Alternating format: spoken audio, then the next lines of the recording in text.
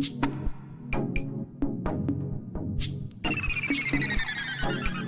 has arrived. Hey, Maurice and Odie gonna take over like Zach and Cody. Black and Snurdy is the best podcast. Gonna boom like Wile E. Coyote. Gonna make magic, they move like they hairy. Ain't talking about mental health, no, it's not scary. You know that she coming up with the astrology. Mo got a comic and that's the best policy. Maurice the GOAT, talking about animation cause you know. Odie, she moving wavy like the boat. Watching some movies and she taking notes. Yeah, kick back, listen. Black and Snurdy have risen. Upload on a mission. 5 stars, never dissing. Black and Snurdy, ooh. Black and Snurdy, yeah. Black and Snurdy. Hello and welcome to another episode of the Black and Snurdy podcast, the only podcast where two sexy black nerds get together to shoot the shit. I am Mo, aka Kid Licorish. And I'm Odie. And together we are the aforementioned Snurds here on episode 170 of the Black and Snurdy podcast. How are you doing today? All right. It's cold. It's snowing. It snowed today. It did snow. First snow of the season. Yeah. Well, at least here in Brooklyn, because I know it snowed like a week or two ago. Upstate. Yeah. But we're the first cold snow of the season, and they're saying it's supposed to be like devastatingly cold tomorrow. I saw something about 1 degree, which I feel like is really rude, but also necessary. Is your workplace properly heated? Yeah, it's very hot in there. I only asked that because we just got finished watching that episode about Abbott Elementary where they had heating problems. I mean, honestly, who knows? The school is so old that you don't know what could possibly come out from there. But I think that it's generally like I more so have the thing of being really hot. Like the kids are always like, open the windows, turn on the air conditioner. I'm like, we can't turn the air conditioner on in the wintertime because we don't want it to conk out. Yeah. In the summertime when we really, really need it. Yeah. But at least, I mean, having the when you have the windows open, it does like circulate the air, which isn't bad. And if it's as cold as they're saying it's gonna be, I think it should be okay. Right. But it does feel sometimes like really, if you have like when you're coming in the morning, it's very suffocating. And they don't like if I open my windows up the day before, like before I'm leaving, or if I have them like cracked, they always close the janitors come and close the windows. I don't know what it is about. Well, what kind of windows do you have? Do you have like the ones that open like this? No, they just slide up. Oh, they slide up. They probably have to do that for security reasons. But I'm on the 4th floor. Oh, no one's scaling the building. You don't know who has a grappling hook? You don't know who these kids are getting for Christmas? In birthdays, it's true. Who knows? I mean, you can get anything on Amazon, so you couldn't put it past. My them. friend got me a retractable baton from Myrtle Beach, and I lost it. I don't know where it is. I moved so many places in my 20s that it got lost along the way. Yeah, no, I understand that. But I was wondering if maybe it was something about birds. Like they don't want birds flying in. That was my first thought. Like maybe they don't want to have birds in the school building because if you have the window open, maybe a bird might come in. I don't think it's about bugs, so we definitely have bugs in the school. They're all over the place. Yeah, bugs are everywhere. I was like, maybe it has to do with birds because if a bird comes in, it'll be flapping around. Yeah, it'll be very distracting. Yeah. But some rooms are like if it's a classroom we don't really use often. So you mean like you don't have the door opening up? You open it up and it's like whoosh. It feels like you're literally in a sauna. Right. Well, I would prefer to be like overheated than cold. Of course. Yeah, sure. Like, cause we can always like, I usually like, we'll have on some sort of layers, and I'll just keep the windows open. It'll circulate through. And by the time like midday comes, I'm like, I've gotten used to the heat. Sure. And the kids are always complaining, but I'm like, y'all wear sweatshirts and hoodies in the middle of summer. Yeah, they do. I don't even know why you're complaining. I went through a bit of an emo phase where I wore jeans on the beach. Like black jeans. I was emo, but I was never that emo. Yeah. I would have taken a black bathing suit before I was never the type of emo I was just that self-conscious didn't like about my legs, that's all. Yeah, so that's basically what it was. Little thin pencil legs. They just weren't really defined. You know what I mean? Mhm. Like I didn't have athlete legs. Yeah. Like I guess they were spindly or what have you. little spaghetti noodle legs. Yeah, for sure. Yeah. All right. Let's do our RIPs for this week. Yes. We have a few that we've learned about over. I feel like they've kind of happened back to back. Yes, they did. They kind of happen in threes. Yeah. So the first person that we are saying RIP to this week is Jeff Garcia. If you don't know who Jeff Garcia is, he was a pretty prominent voice actor. Mm-hmm. He voiced Sheen on Jimmy Neutron. Got a blast. So we are very sad because he is just a part of our childhood, right? So if you see, this is the Sheen from Jimmy Neutron, which I feel like is a beloved show. Yes, it is. Yeah. I recently went back and started watching it again. It was really good, and Sheen's voice was very you knew who he was. Like if you just would have heard him on like any sort of, if your eyes closed, you'd be like, oh, that's Sheen. Yeah. I mean, it was distinct enough that he had his own spinoff. I forgot he Planet did. Sheen. Yeah, he did. So TMZ reports that he was dealing with some medical issues, including he had a brain aneurysm in the spring, and he fell and hit his head, and then had a stroke a few weeks after that. Yeah. He had a stroke a few weeks ago. So I'm sure all of that just contributed to his passing. But, I think that he was a great person to have in just animation, like the representation. Having a Hispanic character being voiced by a Hispanic actor is really important, and something that, like, when we were younger, that you couldn't always count on that. So just adding to the representation of Hispanic people in media, in voice acting and animation. So he will, definitely be missed. Yes, he will. Next, this one made me really sad to hear. But Selena's father died. Abraham Quintanilla Jr. Who was the actor that played him? Oh man. No, it's I know it. Edward Olmos? Yes. Yeah. Yes, he played him because he has a distinct face. He does, because I could see his face in my head. Yeah, he played Adama in Battlestar Galactica. Yes, he did also. So he brought his story to life when they did the Selena biopic, starring Jennifer Lopez, and he was 86 years old. And I mean, this is very sad. I mean, of course, he was able to live a long life. He had many more years than his daughter did, unfortunately. But it's sad that throughout his life, he had to deal with this tragedy kind of overarching all of the great things that he done. Because he himself, was a musician. He's the reason why Selena and her siblings came into music. And just, an icon in his own right.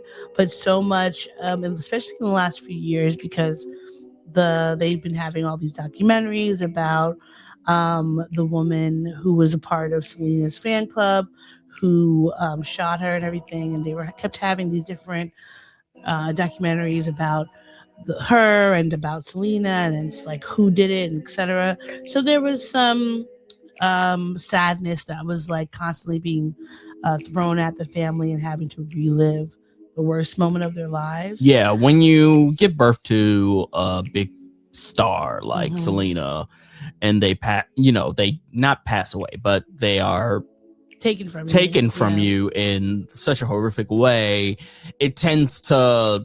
that tends to be the legacy. Yeah. And, there's death hits us all We all have experienced losing somebody in our lives, but you know, for them, like, there's no such thing as like moving on or anything like that, especially when they are such a star like Selena was. So I can only imagine how hard it has been for all these years. Well, we are sending our love to his family. And you know, he's back with his daughter.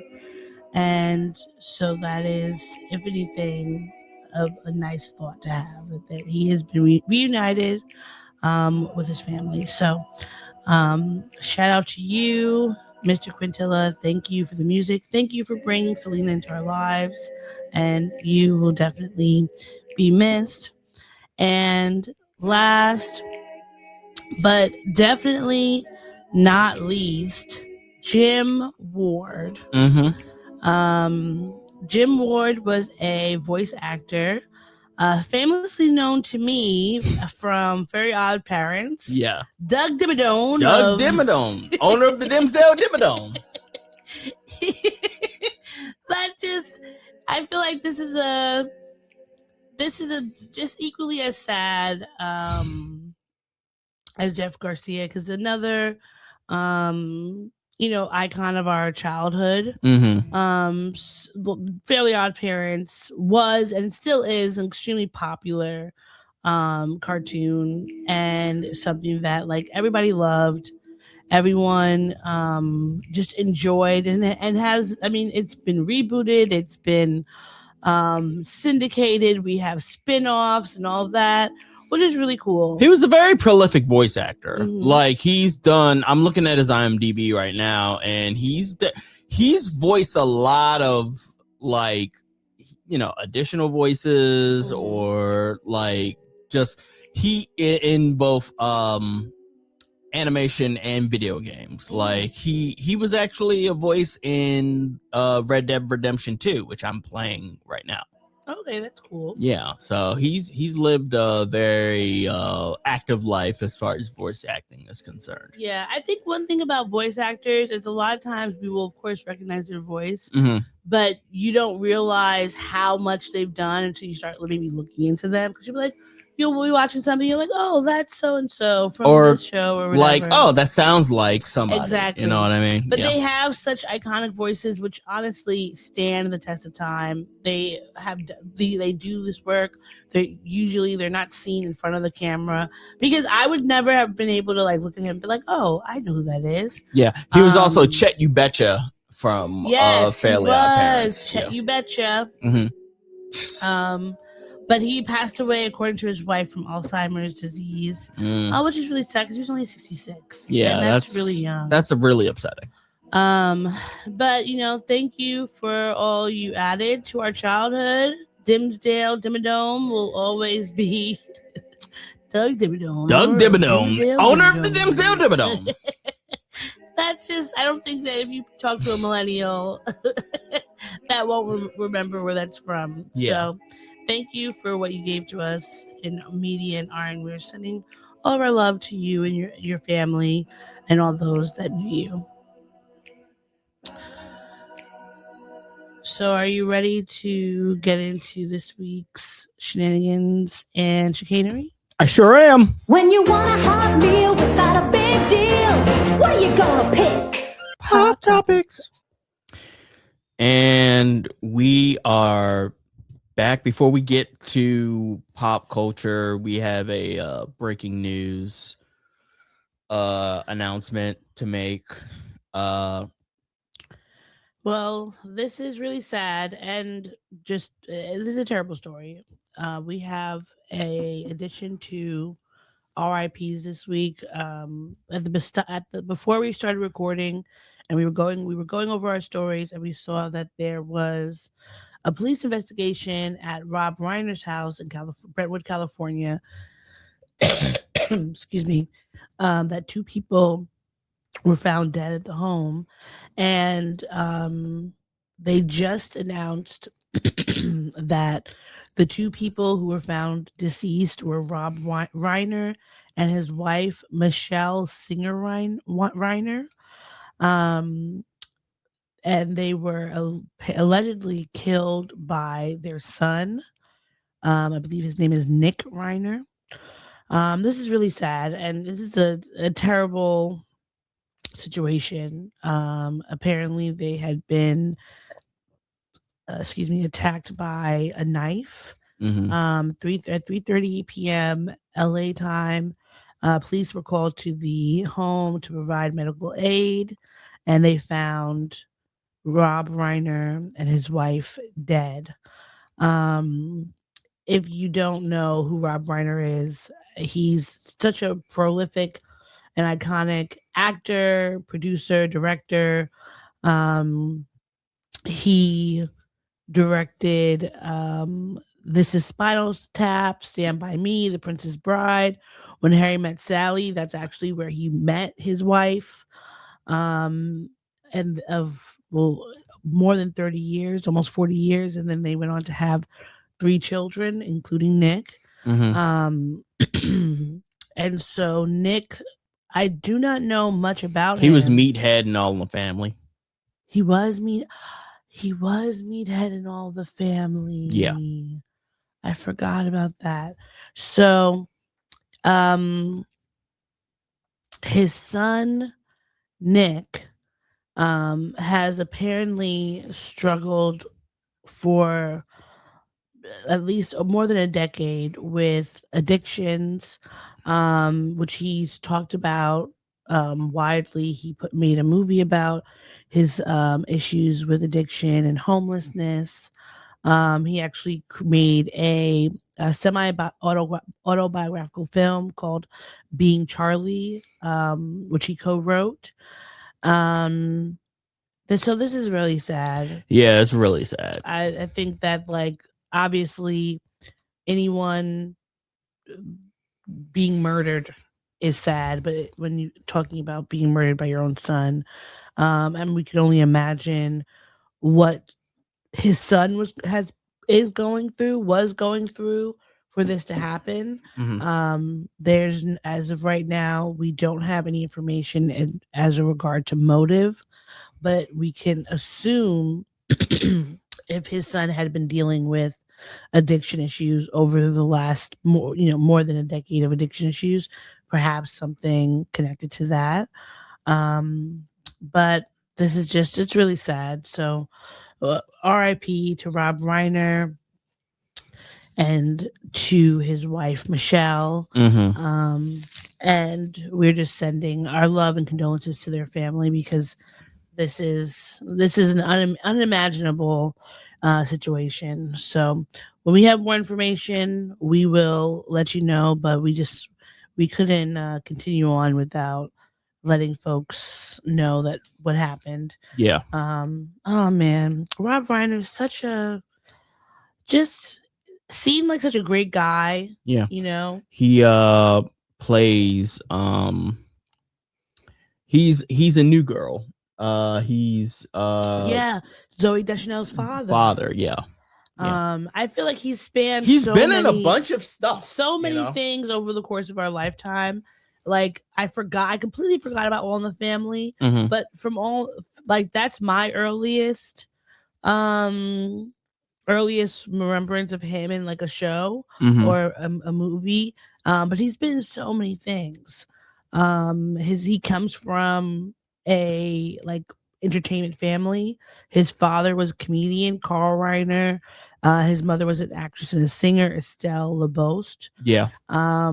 So, like, just very much entrenched in Hollywood and the entertainment industry. Very funny man. Very funny man. But also very political. He was often talking about, like, he was very anti-Trump, very much talking about the issues with the government. And this is not new. He's been very much intertwined in politics and calling out things that he didn't feel like were right. Sure.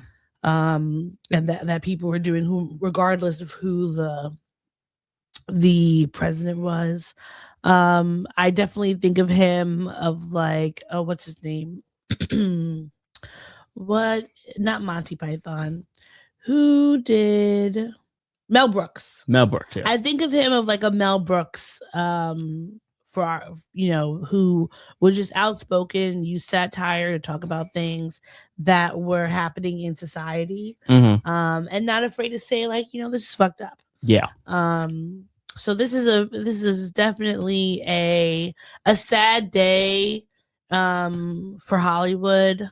It's of course, a devastating day for their Reiner family and friends. It's honestly, I feel like there's nothing to even say that can make sense of what happened. Even if the son says this is why this happened, like you still feel like it's a nonsensical situation. Yeah. Like I don't know the full story of what transpired. And I don't know what the thought process was happening for the son. But it's just devastating overall. Like he to take the life of your father and your mother.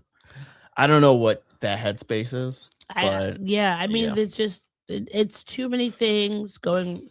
There's too many things that could possibly be around. The only thing I could think about it that would make any kind of sense is if maybe he's struggling with his addiction, and maybe he relapsed, and got angry or whatever, and maybe didn't realize what he was doing. I would hope he didn't realize what he was doing. Addiction is a very devastatingly sad and terrible illness. Yes, it is. Because it can have people doing things they would have never thought that they could do.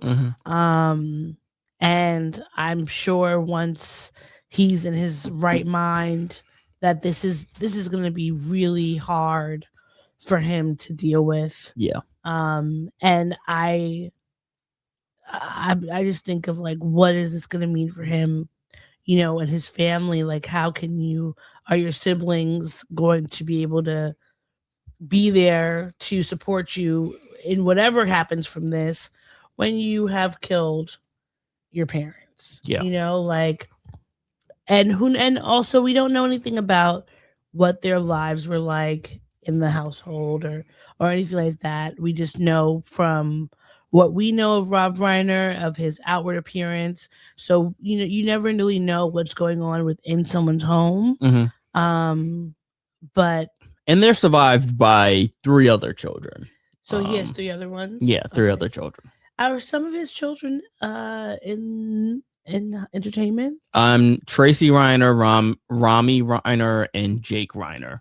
Okay. I don't think I've really heard much about his children, as in like what they do for a living. Sure. But he does. Okay, so he has Tracy Reiner is his child with Penny Marshall, who he was married to first, and then the next 3 children are with Michelle Singer, Jake, Nick, and Rami. Nick was the second child that he had with Michelle. It's just terrible news. Yeah, it's terrible. Yeah, it's terrible. Ugh. Yeah. We're just, sending our love to the family. This is a terrible situation, but hopefully we get more information and we'll be able to talk about it more next week.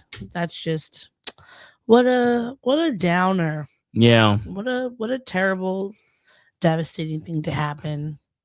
Because it's just, you really never know. You never know what's happening, what's going on in people's lives, and the way that life kind of starts and concludes. You really have no say over it.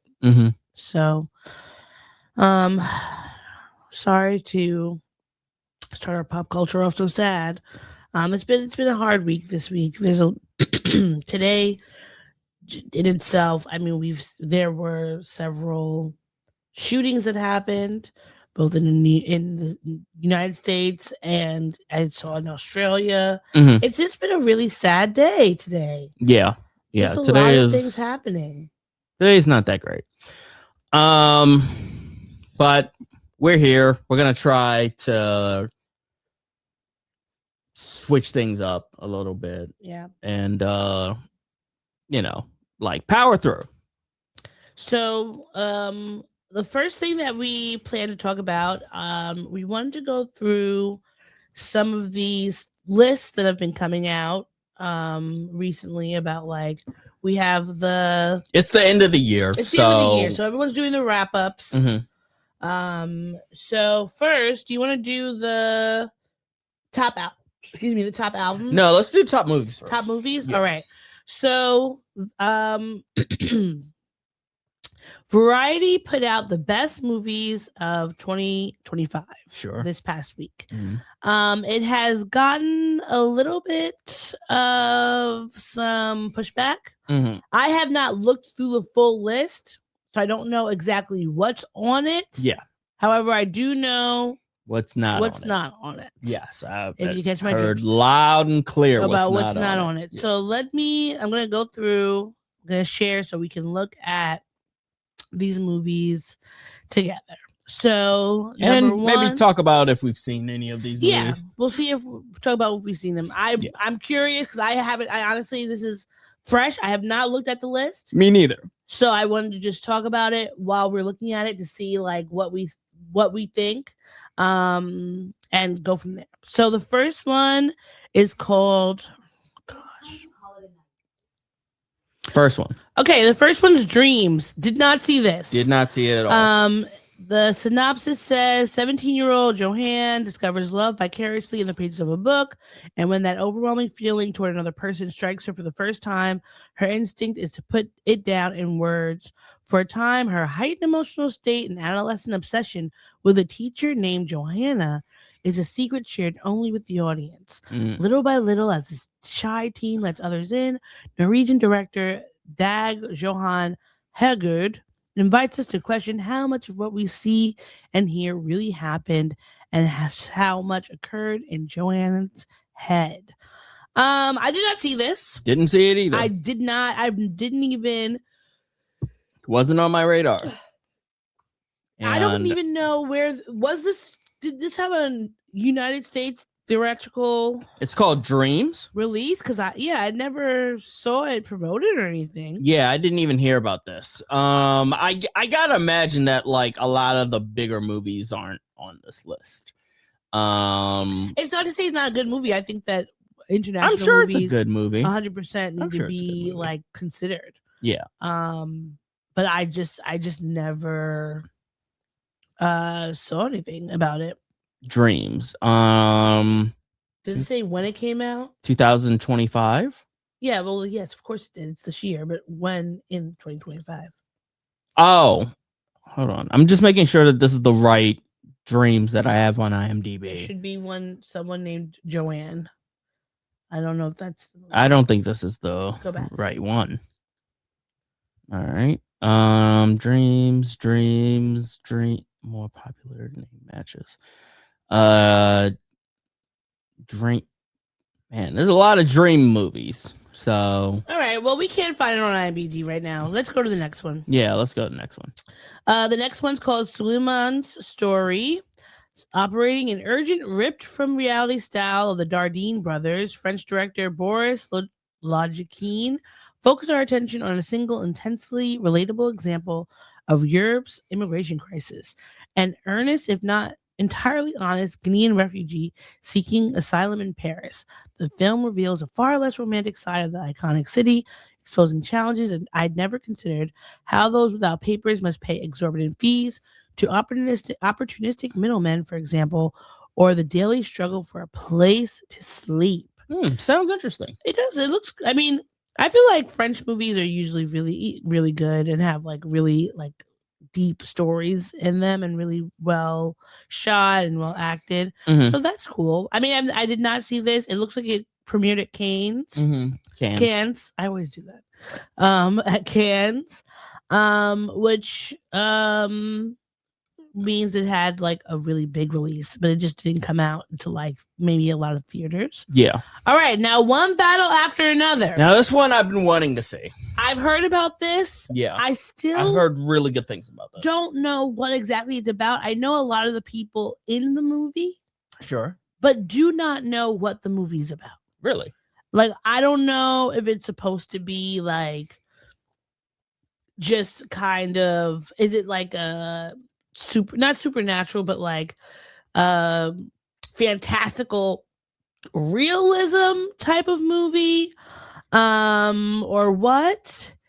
But well, it's a Paul Thomas Anderson movie. Yeah, that's what I was thinking, because he did what is the one? Didn't he do the Tenenbaums, Royal Tenenbaums?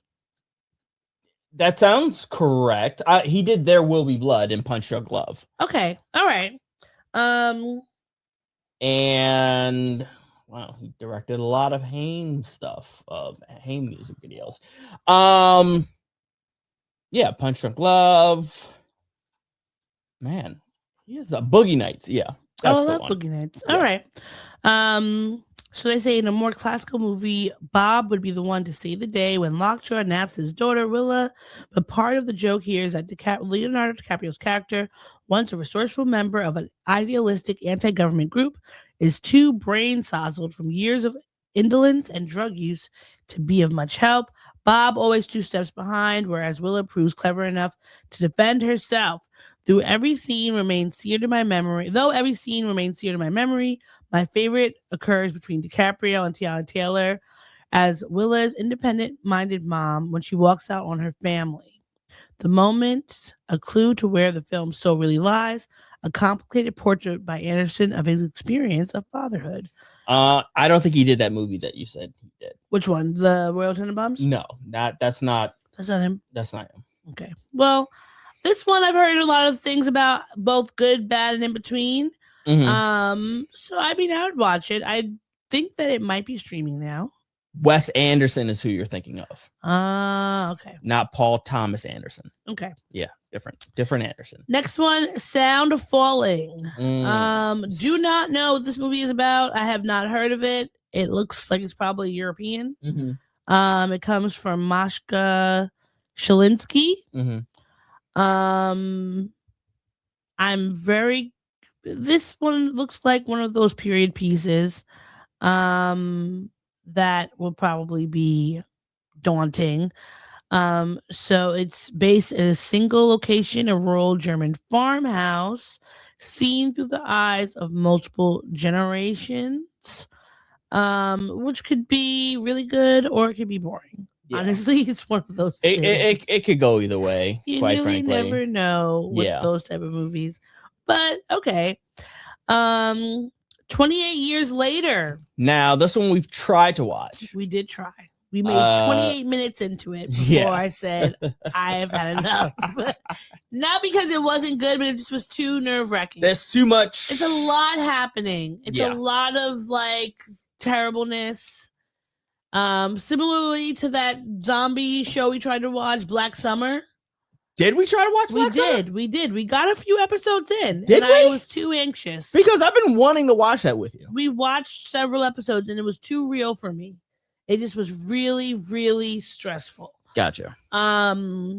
So now I might go back and watch it. It's still on Netflix. Yeah, I'm sure it is. I just remember Sam and his wife showing it to me, and me being high at the time, having a very visceral reaction. I was like, "Oh, this is really good." I don't know how you could have watched that high and be like, "Yeah, let me watch it again." It's just like when I got introduced to Attack on Titan. I was high. I watched it. I was like, "Oh, this is very intense." Yeah, and then I was like, "I need to watch more." Extremely intense. Now this movie, a lot going on. Just even in the 28 minutes, I will say, very well shot. The acting was good. Yeah, the story so far into the movie is really good. I will say that I will try to watch it again. It just has to be really early in the day. Yeah, with lots of sun shining in. Well, when are you done with your job? On the 24th. or the 23rd, I think. I'm about to say the 24th. No, Really? The 23rd. So maybe Really that close to Christmas? Yes, just the day before. Or the day, our break is not long. So Okay. It's the 28 days later franchise. Sure. So we know what it's going to be about. Mhm. People with the rage, how they're surviving, how they're probably like transcending just having the rage and all that stuff, and the people who are living throughout this post-apocalyptic world. So, I can't say for sure it shouldn't be on this list. Can't say for sure it should be on this list because I've only watched 28 minutes of it. Next, Marty Supreme. Now, I did not see this one, but I think this is the Timothy Chalamet one, right? Yeah, Timothy Chalamet is in this one. Yeah, he plays a ping pong person. Yeah, so it's a sports movie. It says Timothy Chalamet all but vibrates as a fast-talking New York shoe salesman named Marty Mauser, who's convinced he's the best table tennis player of all time, a dubious feat of greatness, until a Japanese pro with a mean stroke checks his ego. Mm-hmm. Still, Marty's confidence is off the charts as he hustles his way to a potential rematch. It all makes for an exhilarating character study and an especially inspired use of Chalamet's cocky off-screen persona. Yeah, Tyler the Creator is in this one. Oh, he is? Yes, he is. Yeah. I've heard of it, did not, because I saw like little screen grabs. Did not see it, but I think it's an A24 film. So. Yes, it is an A24 film. Makes sense. Yeah. All right, next. It was just an accident. Mm-hmm. Also another international film. It looks like it's an Iranian film, Mm-hmm. which is cool. It says both Panahi and Razul have served time in Tehran's Evin prison, and this film marks Panahi's unequivocal response to his oppressors, a warning to those in power that those they torture and punish will eventually turn the tables. But Panahi does something surprising with this premise in which ex-prisoners recognize and capture their sadistic interrogator, questioning whether revenge is the appropriate response to such treatment. That sounds like it could be really good. Like I said, international films always go really deep, even in ways that we don't necessarily might see. Yeah, they get cerebral with it. Which is why I love them. And I feel like more people, like if more Americans would just not be afraid of reading and looking at subtitles, we would be able to really enjoy some really good films. So cool. I mean, I think that sounds good. I wonder if it's streaming anywhere because I haven't seen it on any come up on any of the streaming platforms. No, it is not streaming anywhere right now. In fact, it's still technically showing in some theaters. Okay, well then go out and see it if you can. Mm-hmm. The next one, Train Dreams. I heard about this one because it's on Netflix. Heard of it, and I've seen the trailer on Netflix. From what I understand, it is about is it supposed to be the one where they're building railroads in early 1900s? Early 20th century. Early 20th century. It says, a logger and railroad worker who leads a life of unexpected depth and beauty in the rapidly changing America of the early 20th century. Yeah. So, I mean, I think this is one of those movies that could be really good. The trailer looked good. Mm-hmm. It's not something that I was jumping to see. It's like white America stories. I've taught Manifest Destiny, so I know what this.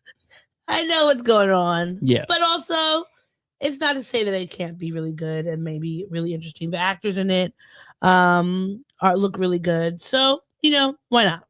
Sure. The President's Cake. I have not heard about this one. Not heard about this one at all.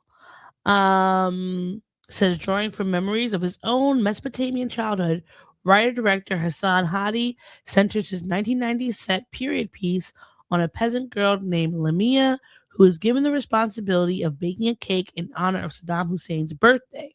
A burdensome task for a 9-year-old with little more than a rooster to her name.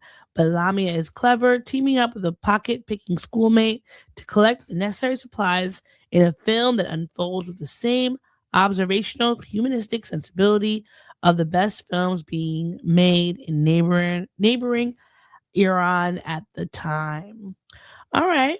Yeah. I think that could be really cool. Yeah, that could be interesting. Again, international movies, you could always imagine that they're going to be really good. Yeah. Like they're going to be telling you about stories that we haven't seen before, which is cool. Now, what's this next one? Steve. Now, this one I have seen the trailer for, and I thought it looked interesting because Cillian Murphy is basically doing a Dangerous Minds,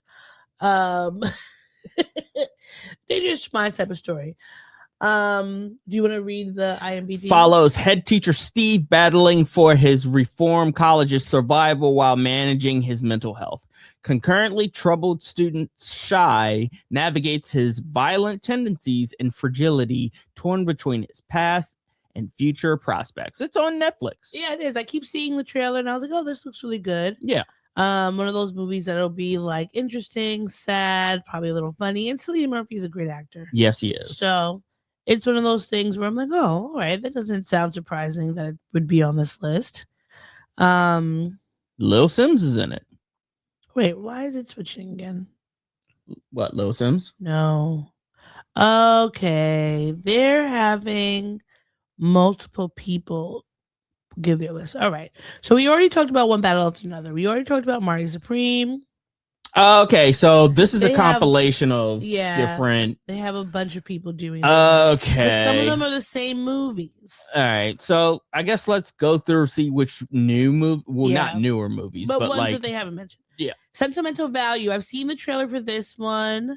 I believe the Skarsgård. One of the Skarsgårds is in this one. Yeah, Stellan Skarsgård is in this one because I watched the trailer. It was basically about this father who I believe is an artist and his 2 daughters, and there's some sort of like disconnect between them. They're estranged, and this is like the father, Stellan Skarsgård, is a producer for a movie or a play, I believe. An intimate exploration of family memories and the reconciliatory power of art. Yeah, because the father is like a director, either for movies or for plays or like art shows or whatever. One of his daughters, he wanted to be in his show, and she said no because they're not good working together. And he got, I believe, Dakota Fanning. Yeah, no, Elle Fanning to be in the movie.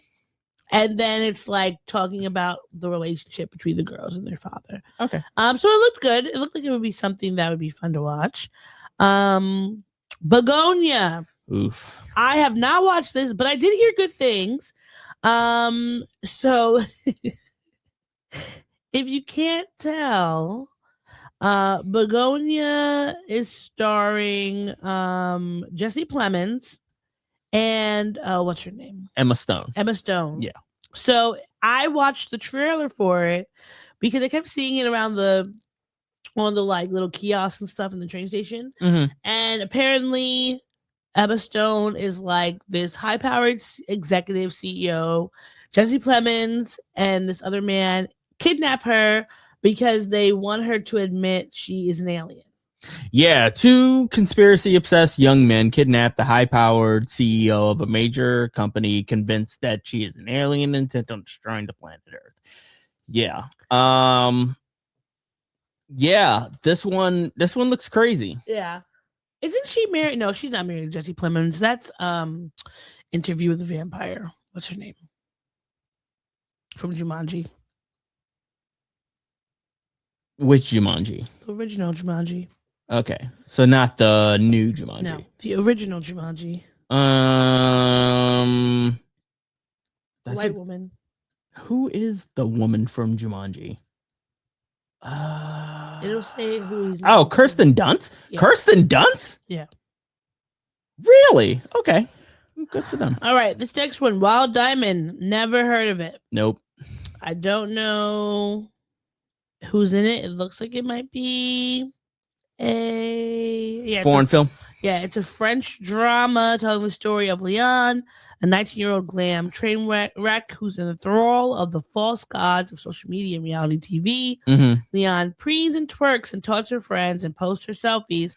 That's her life. The key for her is how she coaxes fame, hoard, theatrics right out of her spiritual trauma.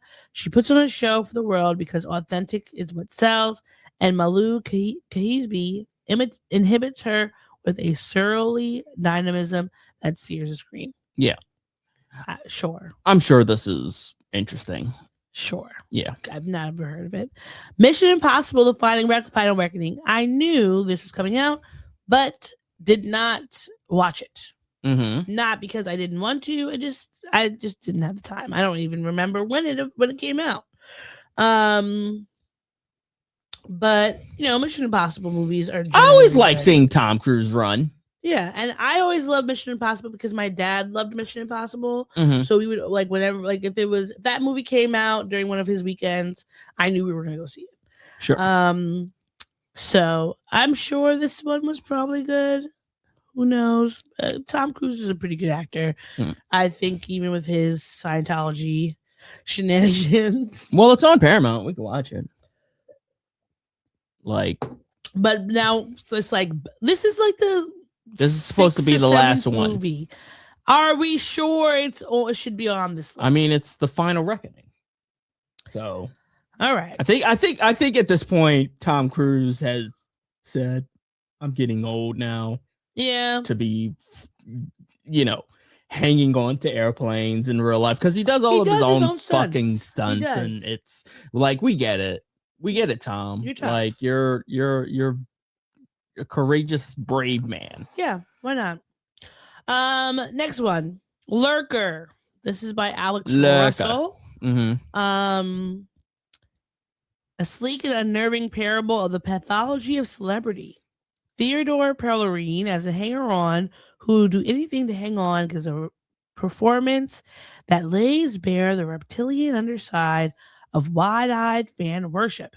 His Matthew is working at a LA boutique when Oliver, a tall British global pop sensation in the making, wanders in.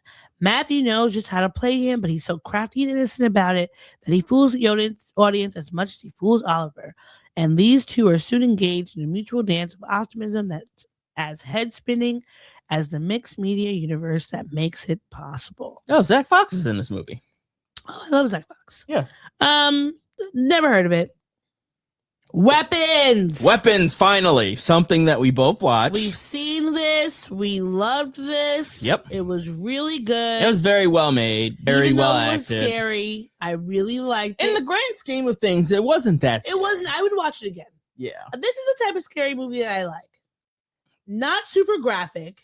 Not super gory. Although it did get graphic in some instances. It did, but it wasn't a lot.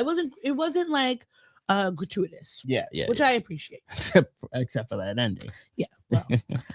But yeah, I didn't even watch that part, so I couldn't tell you if it was gratuitous or not. But it was. It was a good movie. Watch it. So I think that yes, deserves to be on the list. Black Bag. Heard of it. Did not watch it. Mm-hmm. By Steven Soderbergh. An ingenious romantic thriller about two married British spies trying to outmaneuver each other. That sounds like that movie with Angelina Jolie and Brad Pitt. Mr. and Mrs. Smith? That's what it sounds like. Well, they got a Skarsgård in it, and it's Michael Fassbender, Cate Blanchett. It's probably a little less fun and laughy because the Skarsgård and the cast. But Pierce Brosnan sounds very much a movie we've seen before, but who knows? Who knows? They said the film never loses its jubilant air of cutthroat nonchalance. Oh, streaming on Amazon Prime. Yeah, that's where I think I keep seeing the little thing. Yeah. Let's see. Number 10, Nouvelle Vague. Not heard of it. No, I have not heard of this. I don't know any of the people in it. It says a time capsule drama about the making of Jean-Luc Godard's Breathless. The beauty of Nouvelle Vague, and in a way, it's a sly joke, is this.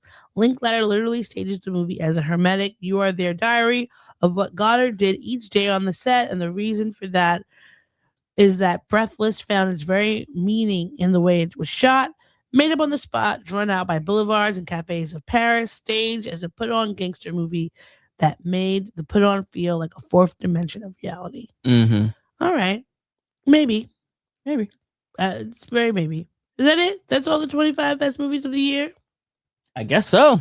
I That guess don't that's feel all. like enough. Well, you know what's missing? Fucking Sinners. Now, Which is insane.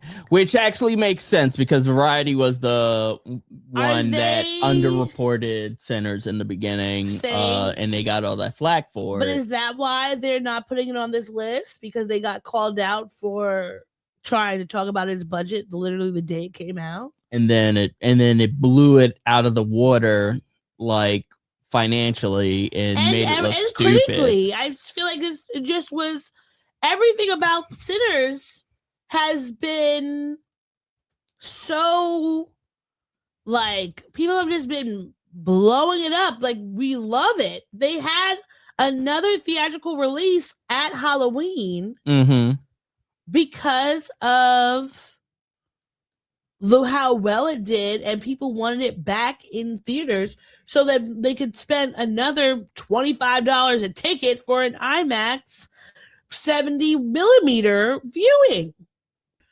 All right, you pulled up a list of movies from Rolling Stone. Yes, are there any movies on there that were not on this list? Yes. So let's see. Frankenstein on Netflix. I have not seen Frankenstein. Let me pull this up.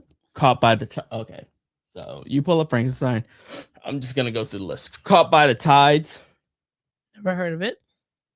Looks like sifting through old footage during the pandemic, Chinese filmmaker Jia Zhangqi came up with the idea of using outtakes and scenes from his previous films, all of which featured his longtime actor Tao Zhao and Zhubin Li, to craft something new. For a while, you ride shotgun through a stream of consciousness tour through the nation's cities and rural provinces, complete with corporate sponsored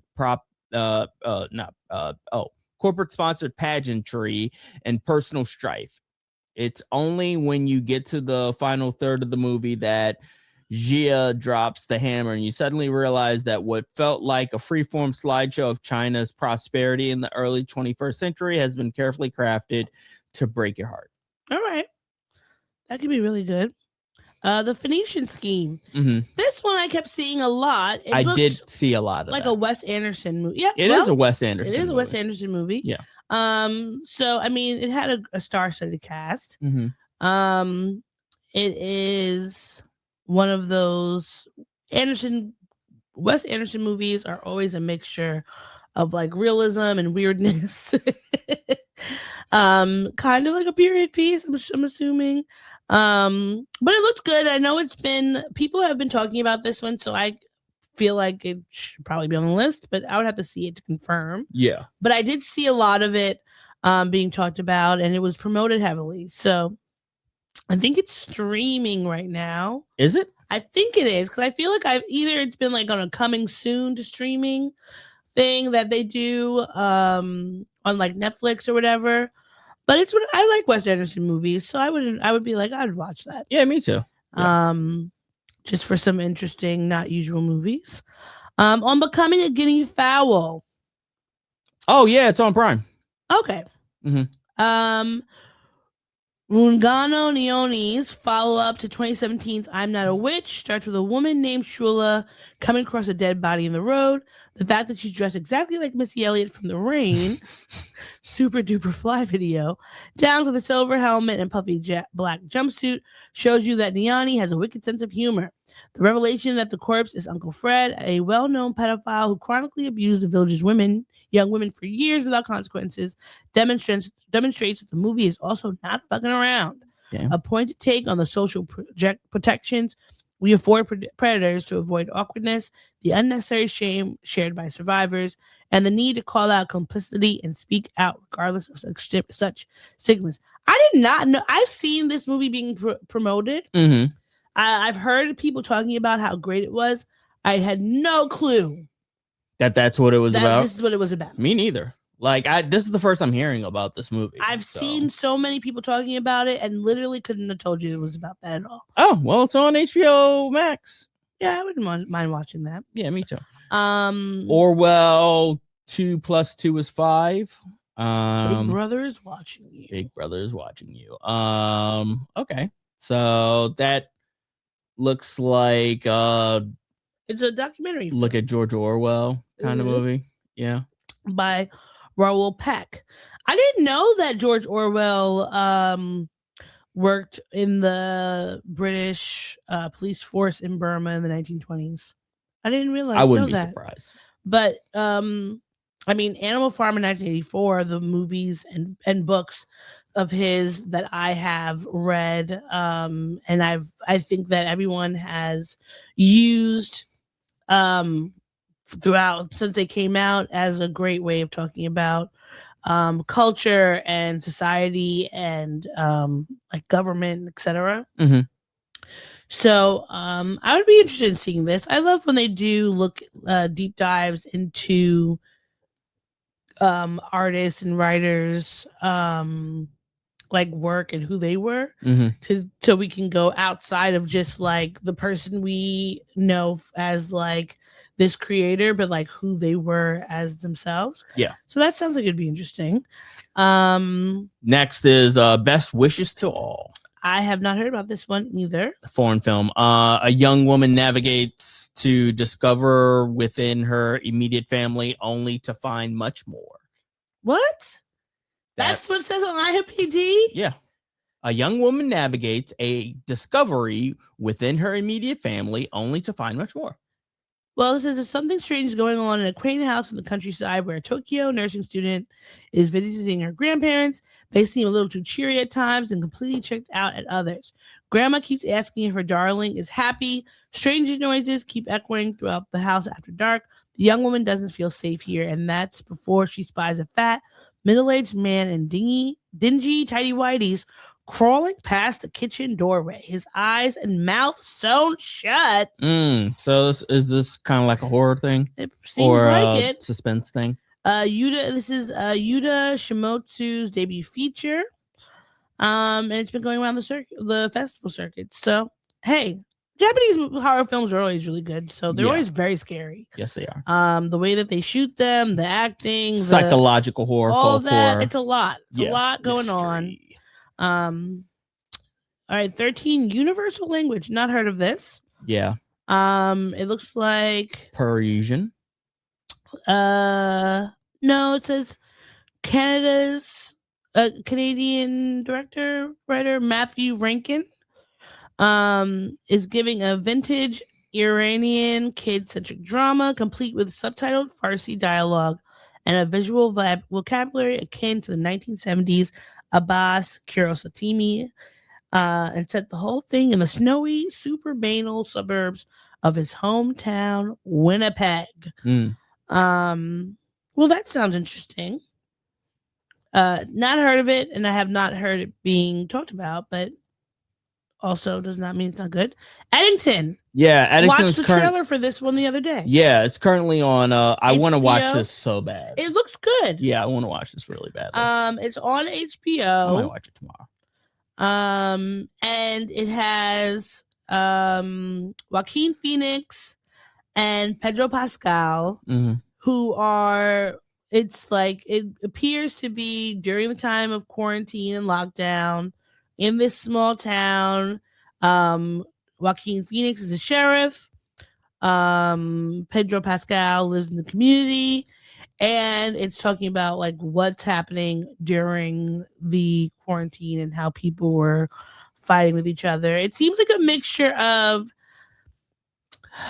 realism, but also comedy. Yeah. Kind of like in the sense of like Wes Anderson. Mm-hmm. It's an Ari Aster film, and Ari Aster does those like weird, also those movies that are kind of weird as well, like weird, funny, realist. You don't really know what's going on. Anything could happen. Didn't Ari Aster do Midsummer? Maybe. I think. Are you on IMDb now? Yeah, I'm on IMDb now. You can search them. Let me see. Ari Aster. I feel like Ari Aster did Midsummer. Yeah, Midsummer director. Yeah, and Heredity. Oh, okay. And Beau is Afraid. Yeah. I never saw Beau is Afraid, but I know people talked about it. They really liked it. Well, Midsummer was really good, so I'm curious what they would be doing with this one. All right, let's see what's next. Peter Hooters Day. Now, this definitely did not hear about. What is the synopsis on IMDb? Conversation between photographer Peter Huger and Linda Rosenkrantz from 1974 sheds light on New York's vibrant downtown art world and the introspective journey of an artist's life. Now, it's not like found footage. This is just a new movie with talking about this time. But sounds cool. I have not heard about it. It's probably on the indie circuit. Does not mean it's not good. We always love watching a good indie movie. Yeah. Because we usually get to tell stories that we're not going to see in mainstream. We talked about Sentimental Value. We talked about Marty Supreme. Sorry Baby. Not heard of this one. Yeah. A Star is Born writer, director, and actor. Eva Victor did this one. Yeah. All right. What is IMDb's? After a tragic event, a woman finds herself alone while everyone else continues with their lives as if nothing had happened. You know what? I think it's on HBO Max. See, yeah, I watched the trailer for this one. I couldn't really tell what it was supposed to be about. Yeah. But all right, it looks like it has a good cast on there, so not surprising. No Other Choice. This has the actor who was the villain from Squid Games. Squid Games. I was about to say Hungry. I saw the trailer, and it was, from what I could gather, it was about this man who's looking for work. Yeah. And he starts killing people to try to move himself up in the rankings to try to get a job. Yeah, after being unemployed for several years, a man devises a unique plan to secure a new job, eliminate his competition. And honestly, I get it. It's a lot of people out here looking for work. And it is not easy. It is not easy to find a well-paying job that's going to make you happy and feel fulfilled and all that. So that would be, I think, and also, the, like we said, international films have really been getting in there and talking about things that we are all talking about, but still haven't necessarily gotten to go real deep into in these various stories. So, love to see it. Yeah. All right. So a lot of these other ones we've talked about. Now, Hamnet. I have been hearing about Hamnet all since it came out, or since they started promoting it. I have no clue what it's about, and I keep thinking, is it like a Hamlet, like spin-off, a type of thing? What is IMDb saying? After losing their son Hamnet to plague, Agnes and William Shakespeare grapple with grief in 16th century England. A healer, Agnes, must find strength to care for her surviving children while processing her devastating loss. Okay, it's so allegedly the death of their son inspired Hamlet. That's what that is. I did not know that. All right. Well, listen, you can't go wrong with Shakespeare. You can't go wrong with Shakespeare. Can't go wrong with Shakespeare. And then one battle after another, which we've talked about already. And again, a blatant shunning, in my opinion, of Sinners. Yeah, not even so much as an honorable mention. I don't think that any, and this is not even me. And now I'm feeling a little bit gaslit, as if Sinners didn't come out this year. You know what I mean? I feel as if we are being sold a lie because it can't. It can't, and also it's not just Black people that loved Sinners. Yeah, it's not. Like, I have seen only good things from everyone who's seen it. So I'm so confused. Like, at what point would this movie not be on the best movies of the year? It does seem conspiratorial. Like, I've already not seen it getting the Oscar noms it deserves because has the Oscar nominations come out yet? Yeah. Oh, and Sinners did not get the ones that they should have. So let's see. I just saw. Oh no, the Oscar nominations for 2026 aren't out yet. But it's for 2025. It wouldn't be for 2026. Yeah, it would. It would be for 2026. Don't they do it for 2020? Don't they do it for? Because the Oscars are always in like February or March. I know it could happen in 2026, but I think that the nominations should be out, right? No, they're not. Because I saw that recently there were some Oscar nominations. That are you sure it out. wasn't predictions? Maybe it was the predictions. Yeah. Because the Golden Globes, are the Golden Globes and the Oscars the same thing? No, they're not. Those are two different awards. Okay, so maybe it's the Golden Globes because the Golden Globes did not have several. So they had Sinners for Best Motion Picture, but I know that what's his name? Who played? What's his name? Who is in Sinners? Michael B. Jordan? No, the one who was the older man who was singing in the. We love him. We know him. Oh, the musician. Sinners cast. I'll just look. This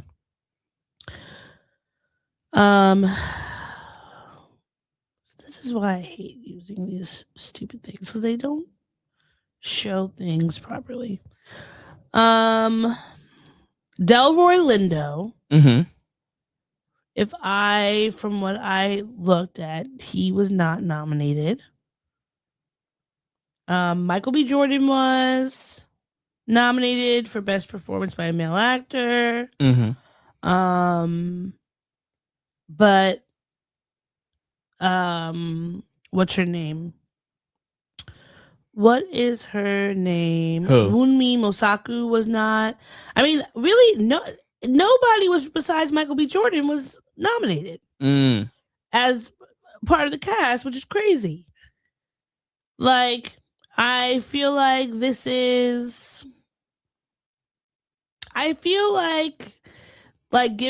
having him like Best Director Ryan Coogler, Best Screenplay Ryan Coogler, the original score, the song, but I just feel like the Golden Globes has 100% what is the word, snubbed Sinners, and I feel like all these other credible folks have snubbed Sinners on these lists. Because you can't tell me, it's not even just about it being like a Black movie.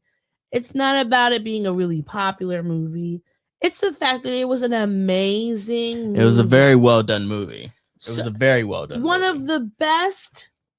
And it was one of the best movies, not only of the year, but like of a long time. In a long time. Well shot, well produced, well acted. The dancing scene alone should have gotten it on the list. Writing, everything about it was from top amazing. down was and I'm not incredible. even being biased. It could have been if this was an all-white cast in the same movie doing the same kind of like storytelling. I would have been like, "Wow, this is amazing! I can't imagine not seeing this." Like it was great, and the added bonus of it being of telling these Black and brown stories of the Delta added to it, but it was just like you can't tell me that this movie it'll be another list. case of I don't know. Let me see the Golden Globe nominations again.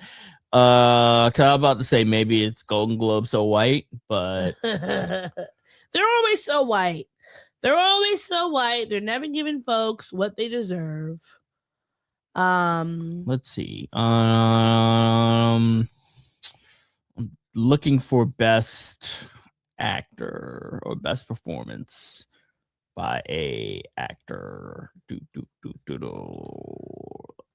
Best female actor: Jessie Buckley, Jennifer Lawrence, Renette Reinsve, Julia Roberts, Tessa Thompson. Okay, never mind. Tessa Thompson's in here. All right. Oh, they got some Black people in there. Yeah. Yeah. But still not. It's not even Dwayne about Johnson for The Smashing Machine, Michael B. Jordan for Sinners. Okay, so it's not even just about like the people being black or white. It's about whether or not we are saying that these movies and shows are amazing. And you can't tell me that one after the other, or whatever it's called, one fight after another, was such an amazing, crazy, great movie. And Sinners was just okay. But yeah, just Sinners is getting shut out a lot. It is, and it shouldn't be. I really hope the Oscars gets it right, because now I'm curious, what is the difference between the Oscars and the Golden Globes? Different Academy. Golden Globes is more global. Okay. Or more international, I should say. Okay. Whereas the Academy Awards is like an American thing. Got it. All right. Yeah. Well, let us know what y'all thought about the best movies of the year that came out. Tell us both the ones that we mentioned and the ones that you thought, because there's so many movies. I was looking on Metacritic. So many movies came out this year. Yeah. There's so many pages. I couldn't even go through them all to try to be like, I was gonna try to see if I can get through to see like which ones are on here. You know what I want to do? I want to spend a week where we watch the worst movies of the year. Okay, like by Rotten Tomatoes, or because the way they're making a list for all the best movies, I'm sure there's a list of all the worst movies. Yeah, I'm sure there is. And let's watch all of them and rate them. Yeah, rate them. All of it's subjective. Yeah, it's all subjective. Because we watched, what is that movie? The Grinch. The Grinch that stole the bitches. Or yeah, whatever? the Grinch that stole the bitches. Yeah, that was so much. It's not good. It's not. It's on Tubi right now. It was just really bad. The Grinch that stole the bitches. Bitches that stole bitches, not the bitches. Oh, yeah. The Grinch. Let me find it so I can put it up on here so that you can go and find it. Oh God, it was so bad. Because they kept doing this thing where he was like growling. Some of it ended up being like a weird rap video. It was where all women of it were was twerking. a weird rap video. There were lots of boobs, lots of ass. Yeah, there was a weird sex scene. It was so much. He's wandering around with a Grinch outfit this entire time. And look at the way that he has these green eyebrows, this green beard. We didn't finish it. We gotta finish it. So bad. Yeah, it's terrible. It's not a good movie. It has a 4.0 out of 10. Mm-hmm. And it's and look at how, because people are probably watching it like, well, you can't possibly have this movie. The Grinch that stole bitches, but they're watching it, and he really stole bitches from Santa Claus. He did. The Grinch has to settle a score with Santa, so he decides to take a different approach. It was just just bad. Not good. But let us go into the things that pissed us off this week. Sure. And the things that made us happy, so we can close out for this week's episode. Bringing it. What? We gripe it. We're not griping anywhere else. We gripe it. This safe space for us to share. We gripe it. We ain't griping anywhere else. We gripe it. All right. So what's pissing you off this week? The unemployment office is a disaster. It's a straight up nightmare to be in. First and foremost, this is what it is. The first day, because I had to spend multiple days there. The first day I got there, I arrived later in the day because there was some hot water issues happening in the apartment. So I got there in the afternoon. Mm-hmm. I get there. There's a line to speak with somebody at the desk. It kind of goes by relatively quickly. I get to the desk. I explain what's going on. Not receiving my unemployment or whatever like that. Whatever. They tell me, come back 8:30 in the morning tomorrow. Okay, sure. Not an appointment. Just come back 8:30. Mm-hmm. I get here next day, 8:30. A wait to speak to somebody that lasts maybe an hour, right? Mm-hmm. Okay. Again, just people at the desk, explain my situation. Then I wait in another line to get this. And mind you, a little bit of context. I have not been able to reach anybody on the phone. Mm-hmm. I've contacted the unemployment hotline. Mm-hmm. And literally what they will do is you go through all the buttons and menus and shit, and they will say, all the agents are busy. Please call back again later. Mm-hmm. And then they'll hang up. That's it. Like there's no waiting. There's no waiting or hold period or anything like that. It's just like we're not here. Bye. Exactly. So get to a line. You wait for an hour, speak to somebody. They tell you to go to a different room where you now have to wait to get on the phones. Yeah. So that you can contact the hotline where somebody will hopefully help you. Hopefully they will. That day that I did that, I was there maybe 8:35, 8:40, something like that, right? Not exactly at 8:30. I was there from that time until closing time. Because they basically said at 3:00, hey, listen, the wait time to get on. And mind you, the people who are on the phone are waiting to speak to a representative starting out at it's a 15-minute wait. It's a 30-minute wait. It got to the point where it was 170-minute wait. Mm-hmm. And sometimes it was not sometimes. So it got to the point where it was 230-minute wait. Yeah. So I gave them my contact information, but I said, you know what? I'm going to get up super early and I'm going to go the next day. Finally, I get there. I have to get there at 7:40. There is a line waiting outside for the place to open at 8:30. So just to give you perspective, I have to get up early to be in the cold, to be in a line, so that I can take a ticket to be in a line, so that I can speak to somebody who will tell me to go to a different line where I will get on a phone where there is a holding line. And finally, I get to somebody. But because of that whole ordeal, I never want to have to go back there again, except I do have to go back there again because now there's a mandatory meeting or some shit. Yeah. Now I have an appointment to go back there.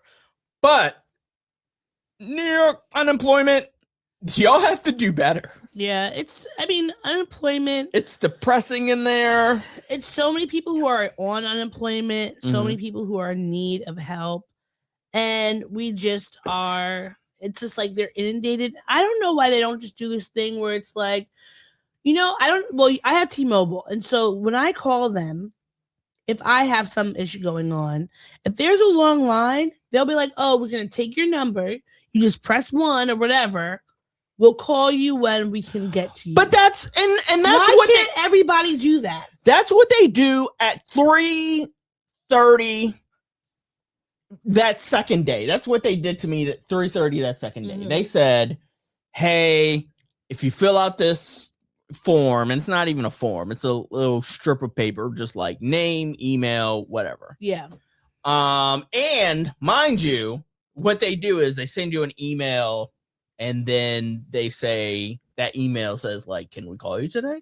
Yeah. And then you have to reply yes, and then that's when they'll call you. Mm-hmm. It's ridiculous. It's deplorable. It's horrible. I hate it, and it sucks. It shouldn't be that. It shouldn't take that long. We know that people are struggling. Yes. You know that and then it's like, because I've had some issues with unemployment where they still haven't paid me the money they were supposed to pay me. Mm-hmm. But it's because of, like, you can't just, it's not something where you can just go call them. So I still, like, I've reached out to them multiple occasions, but I don't have, like, maybe there's this time now during my winter break to get over there. But I have had months where I haven't been able to have anyone giving me any sort of information, and I'm waiting because you can't just call or email and get anything back because you have to spend a whole entire day. So that means losing out on a day of work to try and get the payment that you deserve in the first place. Yeah. And I'm gonna have, because we don't have work for 2 weeks, I'm gonna have to reapply for unemployment to hopefully get that during those 2 weeks of non-work. But it's just like, it's a crazy, ridiculous situation that they put people through when they know that anyone who is on unemployment, you're not there for fun. Like, just be helpful. That's all it is. Just be helpful. Yeah. And then the other thing is, and I've been telling you that I was going to say this on the podcast, but I keep forgetting. Hulu, your UX sucks. You have to restart your episodes after binge watching a thing. Yeah. Currently going through Bob's Burgers. I've already gone through Bob's Burgers before. Yeah. I'm currently going through Bob's Burgers again. It also happened with It's Always Sunny, and it also happened with New Girls. What it will do is it'll go to the next episode, and it'll start the episode at, like, the last 5 minutes of the episode. It should, at the very least, which doesn't make sense because that's not the episode's end. It'd be one thing if it started at where you ended it. Yeah, you know what I mean? And it, because like, it doesn't go. They should at least credits. ask you, like, do you want to restart the episode when it's going to the next one? If I'm binge watching it, I want you to just start from the beginning of the episode. But maybe it's like, oh, maybe you finished it, and there's, like, because sometimes it'll be like 5 minutes, sometimes it might be 10 minutes left. But just at least before you go into it, at least ask, do you want to start from the beginning or something, versus always starting at the very end.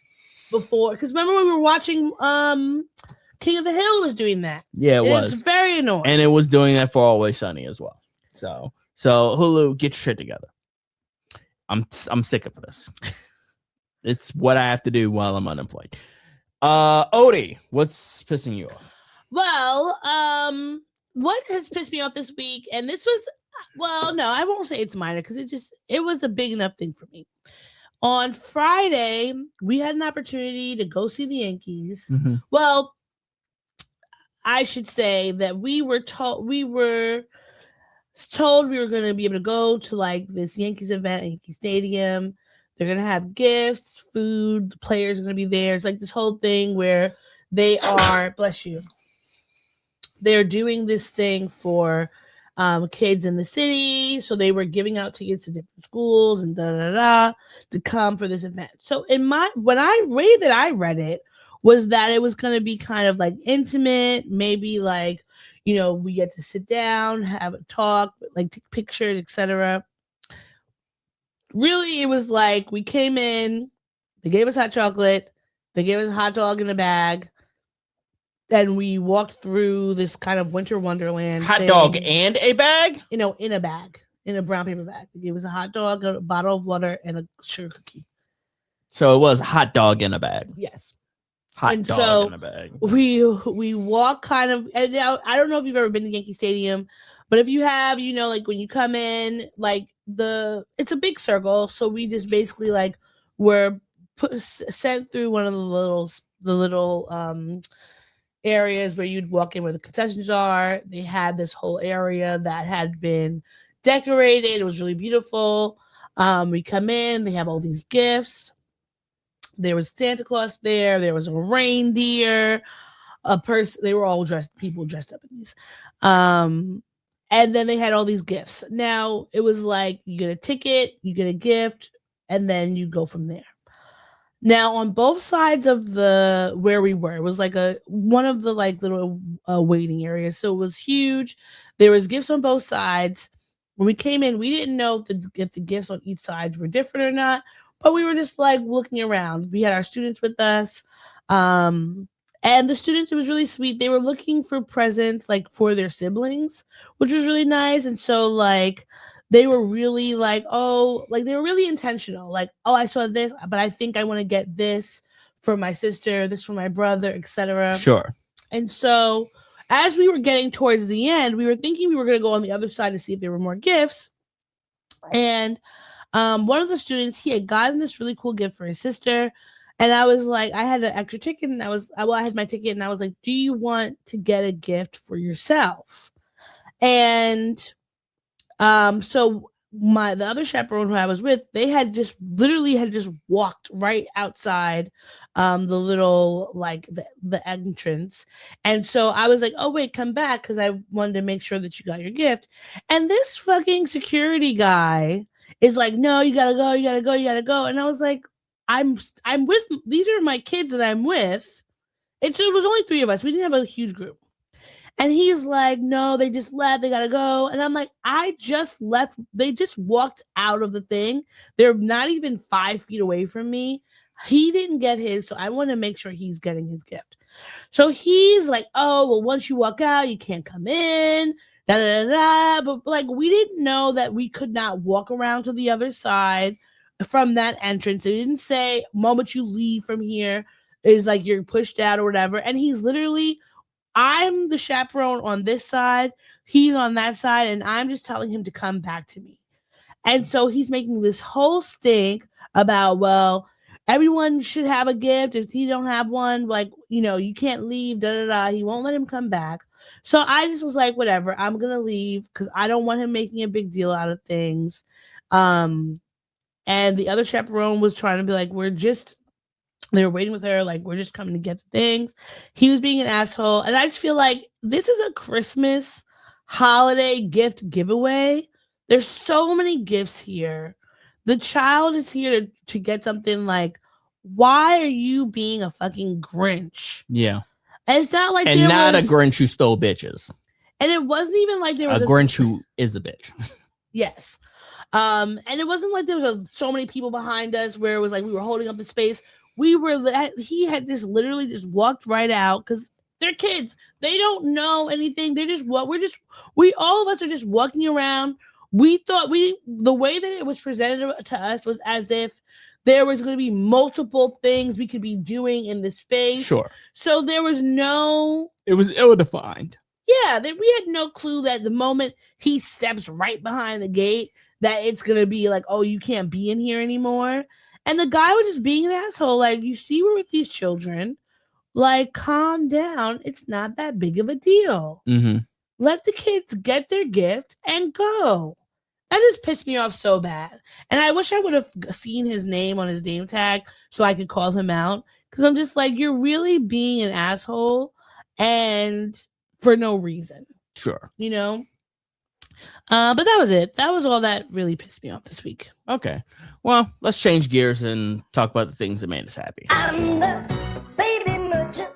Tots are us. I give you all the service and no damn fuss. Give the baby merchant just a week or two. I'll have your baby for you. What's making you happy? What is making me happy this week? Well, I got my work besties back at work. Shout out to you, Maple. She was out for a few days because she wasn't feeling well, but I'm so glad she was back. I missed her and it was sad and boring without her there. We went to Fun with Friends yesterday, which was fun. Not so many people that were there, but I think it was because it was so cold. Sure. Or like maybe because there was also another party happening last night, but the music was still pretty good. Okay. Of course, doing this podcast with you per usual, Mm-hmm. and getting to spend time with you always makes me happy. And I'm just looking forward to having the last week of school just go by. Well, the last full week of school go by without like any glitches. Fingers crossed. Yeah. You know, it's the school year. It feels like molasses sometimes. And then sometimes it feels like you're just going through like in a speedy race. So I'm hoping this week is going to be peaceful and joyful and just like a time where we can just get things done, you know? Mm-hmm. So what about you?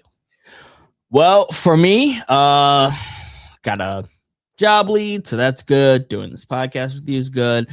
Best friend Gladys is currently at Hedonism, so shout out to you. Celebrating her birthday. Her birthday is coming up, so she's there enjoying herself. Very jelly. It's freezing here. Extremely. It's freezing. It is cold as fuck. It's snowy and gross. Yeah, but we're glad for you. Yeah, we're happy for you. And my friend's son came number 1 in a tournament. Oh, congratulations. So shout out to you. That's it.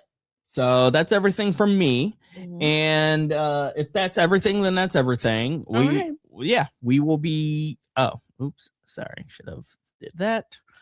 Because we're happy. Yeah, that's everything. So we will be back next week with more of this. Until then, take it easy, keep it sleazy. Like us, rate us, subscribe us, comment, email, send all us the things. Send us all the things. Until then, bye. Thanks for listening to the show. If you'd like to contact the podcast, you can reach us via email at blackandsnerdypodcast@gmail.com. You can also find us on Instagram and TikTok at Black and Snurdy Podcast, as well as on Twitter at Black and Snurdy. You can find me, Maurice, on all social media under the handle Licorish is Legit. That's LICORISH is legit. And you can find me on Instagram. It's THATSOD.E. And on Twitter, THATSOD_E. And don't forget to like, rate, and subscribe to us. Tune in next time to the Black and Snurdy Podcast, where nerds of a feather flock together. Remember? Bye. Boy. Not yet. No, this is keeping it. We're keeping this in. Don't forget to take your meds and your subs and drink water. Bye. Bye. I actually want to keep that.